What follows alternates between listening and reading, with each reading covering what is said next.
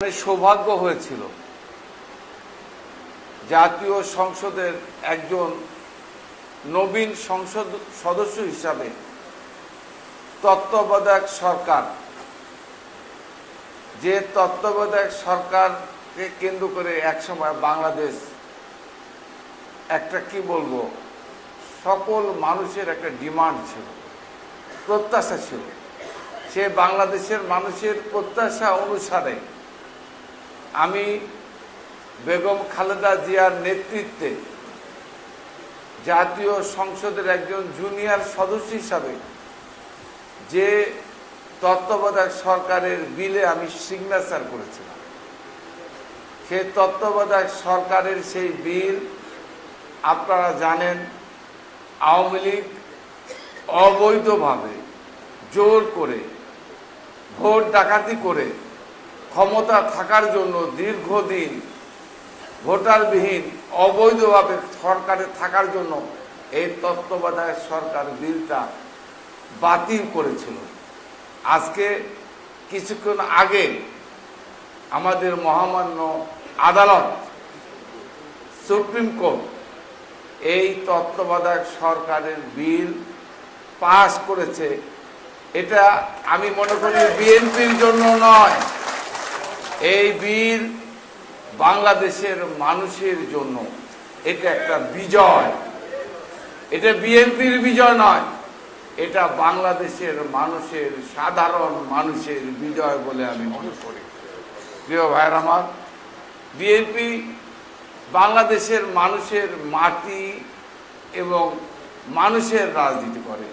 BNP পার্শ্ববর্তী রাষ্ট্রের দালালি, তাদের রাজত্ব, তাদের নির্দেশে বাংলাদেশে তাদের অঙ্গরাজ্য হিসাবে বাংলাদেশকে পরিচালিত করা হোক, সেই আওয়ামী রাজনীতি বিএনপি করে না।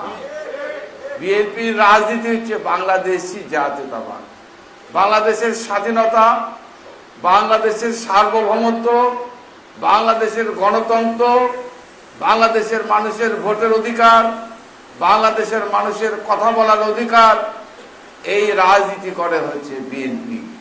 আর এই জন্যই বাংলাদেশের মানুষের উপর বিএনপির বিশ্বাস আছে বলেই আমরা আস্থা আছে বলেই আমরা বারবার এই তত্ত্বাবধায়ক সরকারের দাবিতে গত 15.5 বছর আন্দোলন সংগ্রাম করেছিলাম।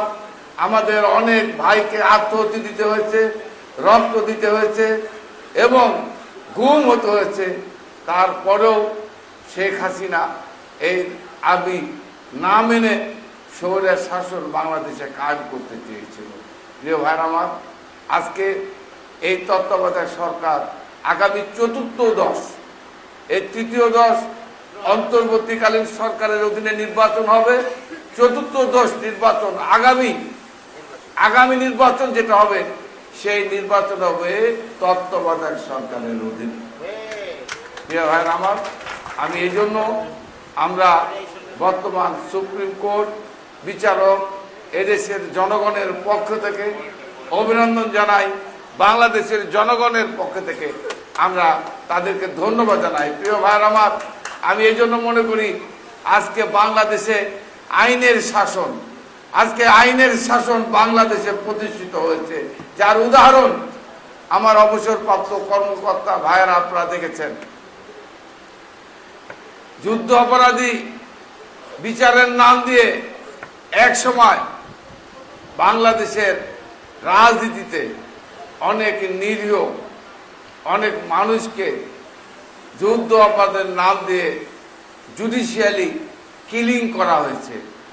আজকে কিন্তু এই বিচার নিয়ে বিতর্ক ছিল বা আছে, কিন্তু গত কয়েকদিন আগে আপনারা দেখেছেন, আজ থেকে 1.5 বছর আগে প্রকাশ্যে দিবালোকে শেখ হাসিনার নির্দেশে হেলিকপ্টার থেকে র্যাব, বিডিআর, পুলিশ, সরকারি আওয়ামী লীগের সন্ত্রাসী বাহিনী অবৈধ অস্ত্র দিয়ে 1,500 মানুষকে, 139 জন শিশুকে, শ্রমিককে, কর্মচারীদেরকে, ছাত্রদেরকে হত্যা করেছে।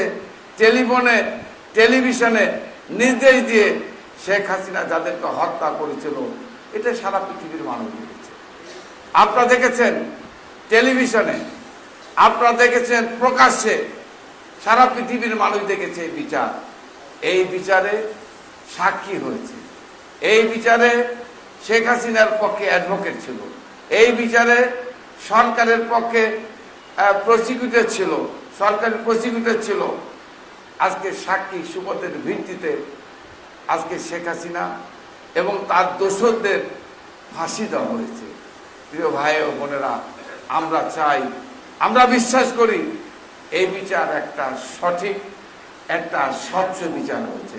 আমরা চাই যেভাবে অন্যায়ভাবে ছাত্রদেরকে পাখির মতো গুলি করে হত্যা করা হয়েছে, আজকে মানুষের প্রত্যাশা, যাদের ছেলেদেরকে হত্যা করেছে, যারা শহীদ হয়েছে, তাদের পরিবারের এখন দাবি যে শেখ হাসিনাকে বাংলাদেশে ফেরত নিয়ে এসে আজকে তাদের দাবি, তাদের সেই শাস্তি, তাদের যে বিচারপতি যে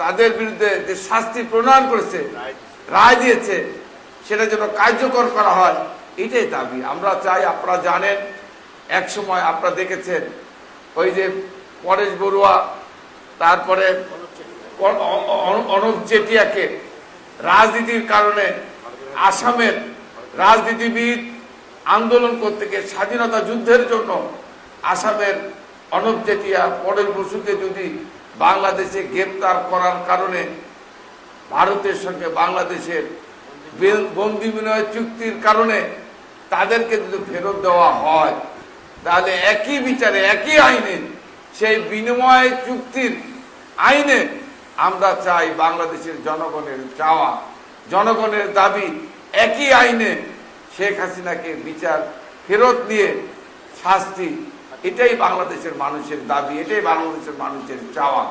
আমরা চাই অতি সত্বর